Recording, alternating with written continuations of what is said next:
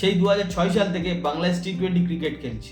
মোটামুটি 18 বছর হয়ে গেল বাংলাদেশ টি-20 ক্রিকেট খেলছে। বাংলাদেশের অনেকদিন পর থেকে টি-20 খেলা স্টার্ট করেছে ইন্ডিয়া, যেখানে বাংলাদেশের সেঞ্চুরি সংখ্যা মাত্র একটা।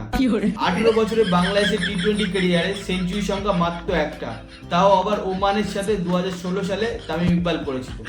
এখনো পর্যন্ত আর কেউ কোনো সেঞ্চুরি করতে পারেনি। পুরো গোটা 18 বছরের ক্যারিয়ারে বাংলাদেশের সেঞ্চুরি সংখ্যা মাত্র একটা। আর যেখানে ইন্ডিয়ান প্লেয়াররা এক একটা সিরিজে 4-5টা করে টি-20 সেঞ্চুরি মারছে, আর বাংলাদেশি প্লেয়াররা পুরো গোটা 18 বছরে মাত্র একটা সেঞ্চুরি করেছে। বাংলাদেশি প্লেয়ারদের সেঞ্চুরি না করার পিছনে অনেকগুলো কারণ এসছে। বিভিন্ন রকমের বিদেশি কোচরা দাবি করেছে বাংলাদেশি প্লেয়াররা নাকি অপুষ্টির জন্য বড় বড় শটস খেলতে পারে না, মানে পর্যাপ্ত প্রোটিনযুক্ত খাবার নাকি বাংলাদেশি প্লেয়াররা পায় না। এর জন্য বাংলাদেশি প্লেয়াররা বড় বড় শটস খেলতে পারে না, বড় বড় রান করতে পারে না।